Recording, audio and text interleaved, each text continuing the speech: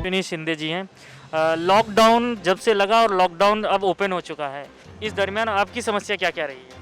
बहुत सी समस्या है, इसकी वजह से एमआईडीसी का रास्ता पकड़ना पड़ा है। ट्रेन बंद है, बहुत ही प्रॉब्लम हो रही है, इसलिए हम यहाँ पे नज़दीक रहते तो ये नज़दीक पड़ता इसलिए आ जाते। इसके पहले मुझे लगता है कि मैम आप काम नहीं कर रही थीं।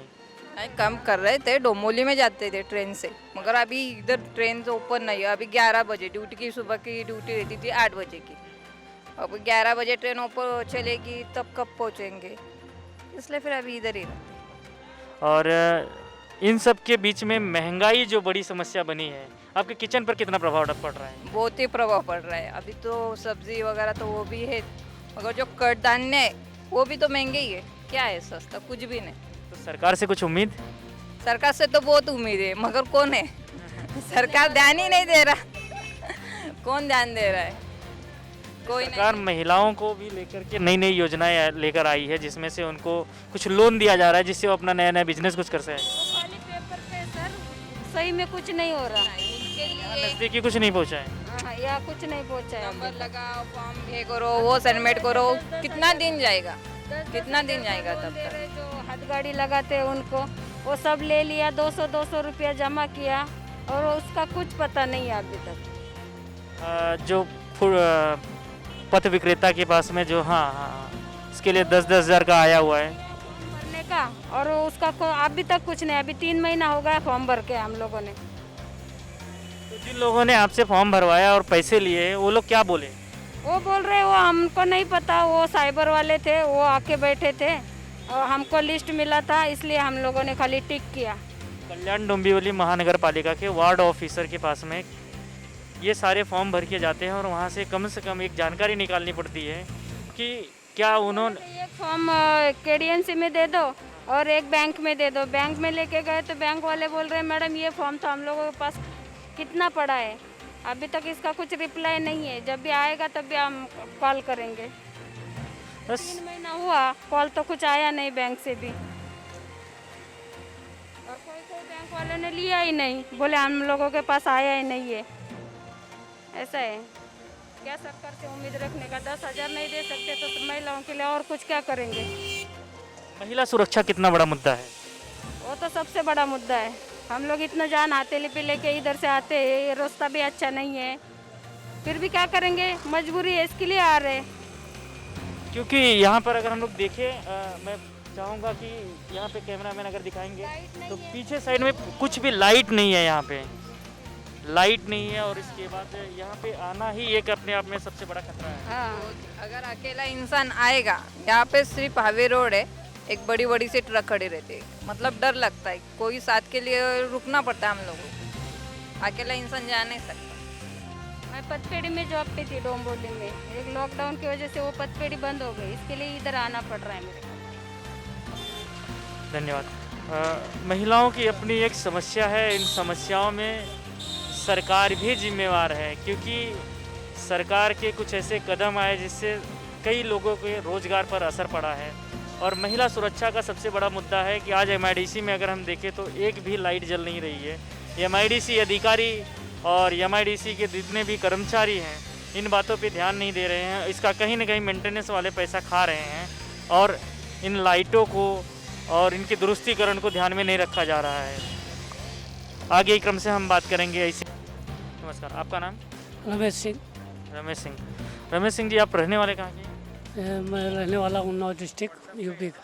यूपी का। लॉकडाउन लगा, लॉकडाउन के बाद लोगों के पास बहुत ऐसी समस्याएं आई, कहने के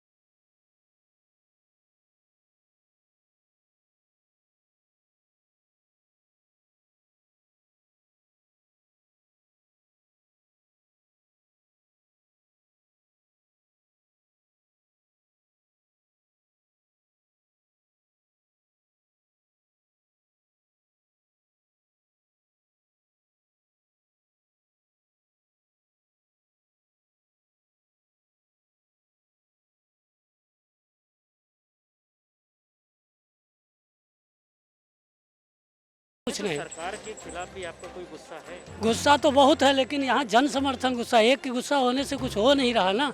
वही फ़ायदा उठा रहे हैं मालिक लोग कि सारे लोग बोले मजदूर, तब तो उसके कुछ रिएक्शन होगा, और कोई बोलता नहीं है। ये अपने अपनी रोजी रोटी में लगा है कि जो मिल रहा वही बहुत, गरीब आदमी। यहाँ का मजदूर कहीं का किसान भी है। जी, यहाँ का मजदूर कहीं का किसान है ना।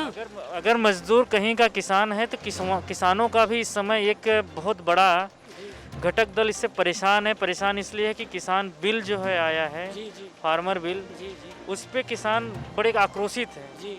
उसके बारे में आपको पता है?